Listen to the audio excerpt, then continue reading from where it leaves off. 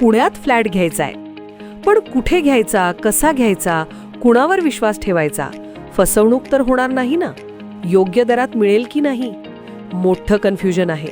चला तर मग सर्व कन्फ्युजन दूर करण्यासाठी संपर्क साधूयात सारंग अहेर यांच्या रेरा रजिस्टर्ड ड्रीमोरा रियालिटीशी.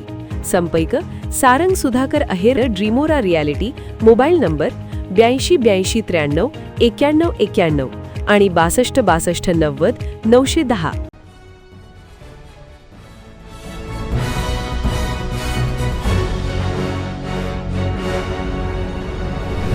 आपण पाहत आहात BCCN न्यूज. नीट परीक्षा पेपरफूट प्रकरणी कारवाई आणि इंधन तुटवड्याबाबत काँग्रेस आक्रमक. तहसील कार्यालयासमोर निदर्शने करत महामहिम राष्ट्रपती व पंतप्रधान यांना पाठवले निवेदन. केंद्र व राज्य सरकार विरोधात काँग्रेस चांगलीच आक्रमक झाल्याचं पाहायला मिळत आहे. नीट पेपरफुटी प्रकरणामुळे लाखो विद्यार्थ्यांच्या भविष्यावर परिणाम झाला आहे. सरकार विद्यार्थ्यांच्या भविष्याशी खेळ करत असल्याचा आरोप करत पेपरफुटी प्रकरणातील सर्व आरोपींना कठोरात कठोर शिक्षा देण्यात यावी. त्याचबरोबर देशात मोठ्या प्रमाणात इंधनाचा तुटवडा निर्माण झाल्यामुळे हाहाकार सुरू झाला असून याचा मोठा फटका शेतकऱ्यांना बसताना दिसतोय. आधीच शेतकरी विविध संकटांना सामोरे जात असतानाच ऐन खरीपाच्या तोंडावर डिझेल टंचाईमुळे शेतकरी त्रस्त झाले आहेत. त्यामुळे सरकारने ताबडतोब उपाययोजना करून शेतकऱ्यांसाठी डिझेल उपलब्ध करून द्यावे.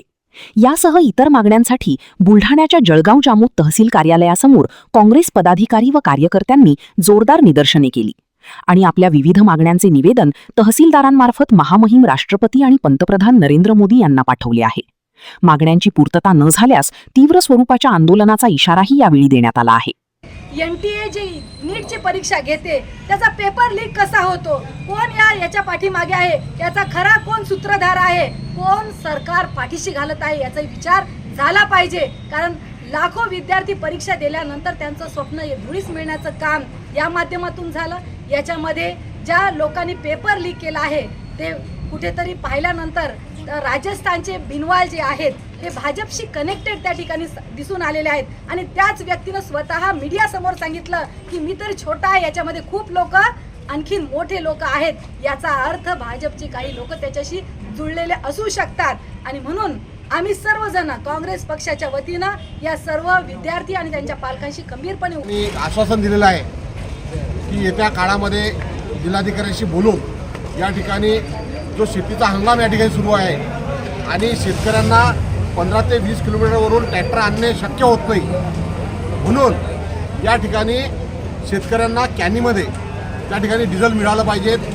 या संदर्भात 1 ते 2 दिवसामध्ये त्या ठिकाणी कलेक्टरचे आदेश आल्यानंतर आम्ही त्या ठिकाणी पेट्रोल पंपवाल्यांना त्या ठिकाणी आम्ही कशा प्रकारचे आदेश देऊ अशा प्रकारे सांगितलं.